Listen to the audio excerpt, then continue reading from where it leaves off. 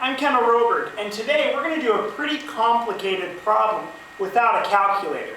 We're going to use as our tool instead the properties of exponents. So what we have is 64 to the 5/9 power times 64 to the 2/9 power, all divided by 4 to the 3/4 power. Let's start with the numerator. In the numerator, we have 64 and 64. We have the same bases. And when two numbers with the same base are multiplied, their powers are added. So if we add 5/9 and 2/9, we get 64 to the 7/9 all over 4 to the 3/4. So we didn't really do anything with the denominator. Now the problem is we can't divide these because they have different bases. So we're going to have to use a little bit of trickiness here. Another way of writing the number 64 is to write it as 4 cubed.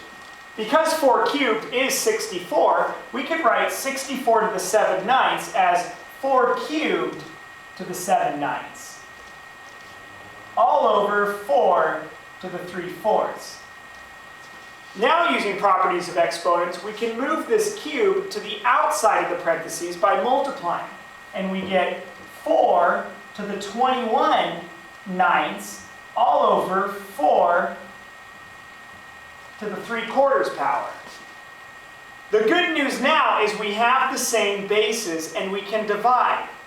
Now, when two numbers have the same base, we subtract the exponents to perform the division. Now, if we're going to subtract 21 over 9, if we're going to subtract 3/4 from 21 over 9, they need to have the same denominator. So we need to find a least common denominator. So let's see. 21 over 9 minus 3 over 4. Well, 9 and 4, the least common denominator would be 36. So we need to multiply the first fraction by 4 over 4, which would get us to 84 over 36. And we need to multiply the second fraction by 9 over 9, which would get us to 27 over 36. Performing the actual subtraction there, we end up with 84 minus 27, that's 57 over 36. So that's going to be our new exponent. 4 to the 21 over 9th power divided by 4 to the 3/4 power is 4 to the 57 over 36th power. Now, unfortunately, this isn't simplified. We can do more with it. The first thing we notice is that 57 over 36 is an improper fraction. We could rewrite this as 4 to the 36 over 36 times 4 to the, well, let's see, we took 36 of these 57s out of the numerator there, so we're left with 21 over 36. Now, 4 to the 36 over 36 is just 4 to the first power, so now we have 4 times 4 to the 21 over 36.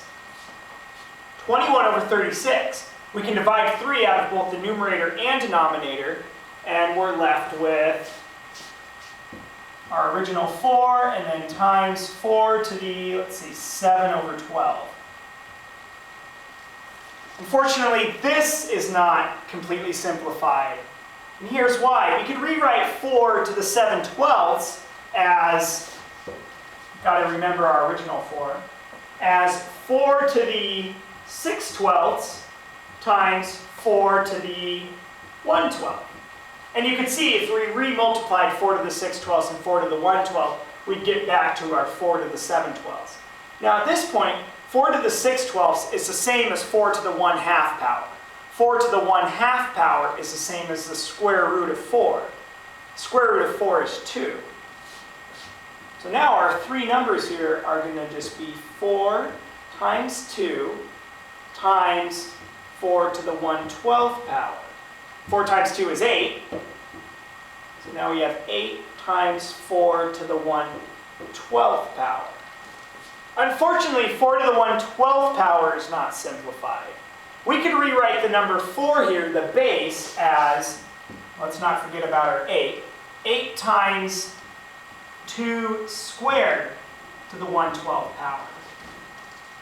Bringing this square out by multiplying, we're left with 8 times 2 to the 2/12 power. 2/12 reduces to 1/6. 8 times 2 to the 1/6 power. And that's actually our final answer. It's our final answer because finding the 6th root of 2 would be difficult without a calculator. So, in summary, 64 to the 5/9 times 64 to the 2/9, all over 4 to the 3/4, simplified is 8 times 2 to the 1/6 power.